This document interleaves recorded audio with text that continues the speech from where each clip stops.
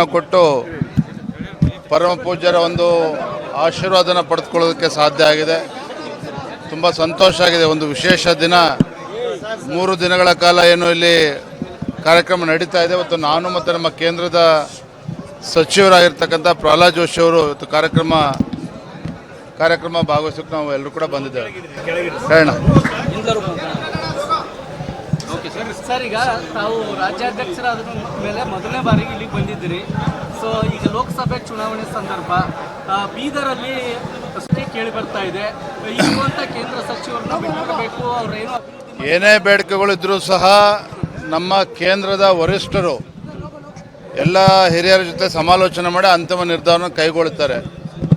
ನಾನು ನಮ್ಮ ಅಭ್ಯರ್ಥಿ ಕೇಂದ್ರ ಸಚಿವರನ್ನ ಬದಲಾವಣೆ ಮಾಡ್ತಾರೆ ಅನ್ನೋ ಅರ್ಥದಲ್ಲಿ ನಾನು ಹೇಳ್ತಾ ಇಲ್ಲ, ಬಟ್ ಎಲ್ಲವೂ ಕೂಡ ವರಿಷ್ಠರು ತೀರ್ಮಾನವನ್ನು ಮಾಡ್ತಾರೆ.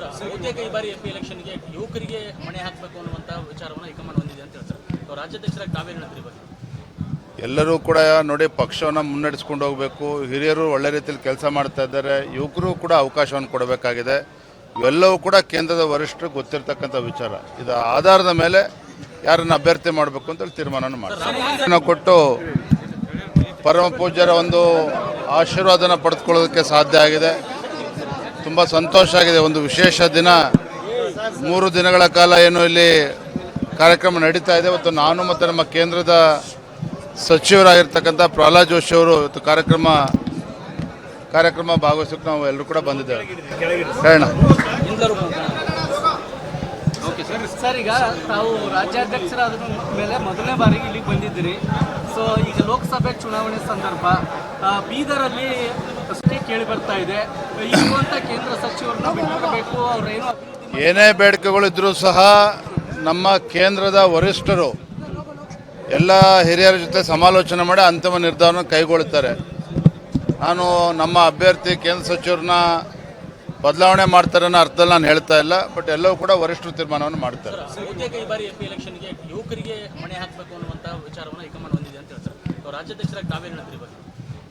ಎಲ್ಲರೂ ಕೂಡ ನೋಡಿ, ಪಕ್ಷವನ್ನು ಮುನ್ನಡೆಸ್ಕೊಂಡು ಹೋಗಬೇಕು. ಹಿರಿಯರು ಒಳ್ಳೆ ರೀತಿಯಲ್ಲಿ ಕೆಲಸ ಮಾಡ್ತಾ ಇದ್ದಾರೆ, ಯುವಕರು ಕೂಡ ಅವಕಾಶವನ್ನು ಕೊಡಬೇಕಾಗಿದೆ. ಇವೆಲ್ಲವೂ ಕೂಡ ಕೇಂದ್ರದ ವರಿಷ್ಠರು ಗೊತ್ತಿರತಕ್ಕಂಥ ವಿಚಾರ.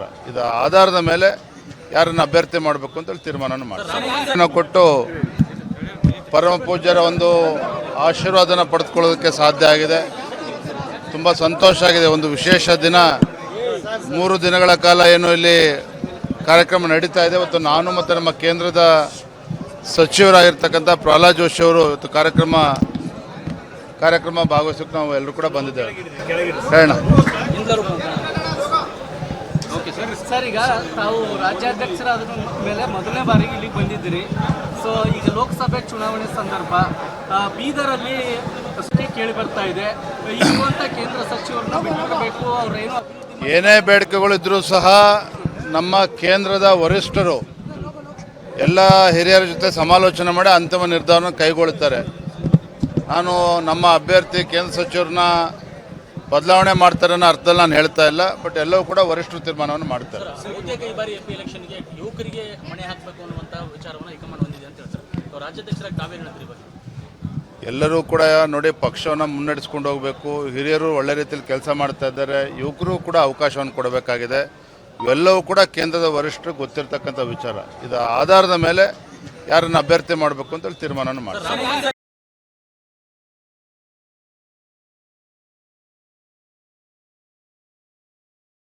ಸ್ಟಾಕ್ ಮಾರ್ಕೆಟ್ನಲ್ಲಿ ಹಣ ಗಳಿಸಬೇಕೆ? ಭಯ ಬಿಡಿ, ಹೂಡಿಕೆ ಮಾಡಿ. ತಿಳಿಯಿರಿ ಸಣ್ಣ ಸಣ್ಣ ಟ್ರಿಕ್ಸ್. ಗೊತ್ತಿಲ್ಲದೆ ಸ್ಟಾಕ್ ಟ್ರೇಡಿಂಗ್ ನಲ್ಲಿ ದುಡ್ಡು ಕಳ್ಕೊಂಡಿದ್ದೀರಾ? ಸ್ಟಾಕ್ ಇನ್ವೆಸ್ಟ್ಮೆಂಟ್, ಸ್ಟಾಕ್ ಟ್ರೇಡಿಂಗ್ ವ್ಯತ್ಯಾಸ ಗೊತ್ತಿಲ್ವೇ? Equity, ETF, derivatives, option contract ಅರಿತು ಲಾಭ ಗಳಿಸಬೇಕೆ? ಚಿಂತೆ ಬೇಡ, 3 ದಿನದಲ್ಲಿ ಕಲಿಯಿರಿ ಸ್ಟಾಕ್ ಮಾರ್ಕೆಟ್ ಸೀಕ್ರೆಟ್ಸ್. ನುರಿತ ತಜ್ಞರಿಂದ ಪಕ್ಕಾ ಟ್ರೈನಿಂಗ್ ಪಡೆಯಿರಿ. ಸಂಪರ್ಕಿಸಿ. ಅನುಕ್ಷಣದ ಸುದ್ದಿಗಳಿಗಾಗಿ ವಿಸ್ತಾರ ನ್ಯೂಸ್ ಯೂಟ್ಯೂಬ್ ಚಾನೆಲ್ ಸಬ್ಸ್ಕ್ರೈಬ್ ಮಾಡಿ. ಹೊಸ ಸುದ್ದಿಗಳ ನೋಟಿಫಿಕೇಶನ್ಗಾಗಿ ಬೆಲ್ ಐಕಾನ್ ಕ್ಲಿಕ್ ಮಾಡಿ. ಲೇಟೆಸ್ಟ್ ಅಪ್ಡೇಟ್ಸ್ಗಾಗಿ www.vistaranews.com ವೆಬ್ಸೈಟ್ಗೆ ವಿಸಿಟ್ ಮಾಡಿ. ಅಂಗೈಯಲ್ಲೇ ಜಗತ್ತಿನ ಸುದ್ದಿ ತಿಳಿಯಲು ವಿಸ್ತಾರ ನ್ಯೂಸ್ ಕನ್ನಡ ಆಪ್ ಡೌನ್ಲೋಡ್ ಮಾಡಿ.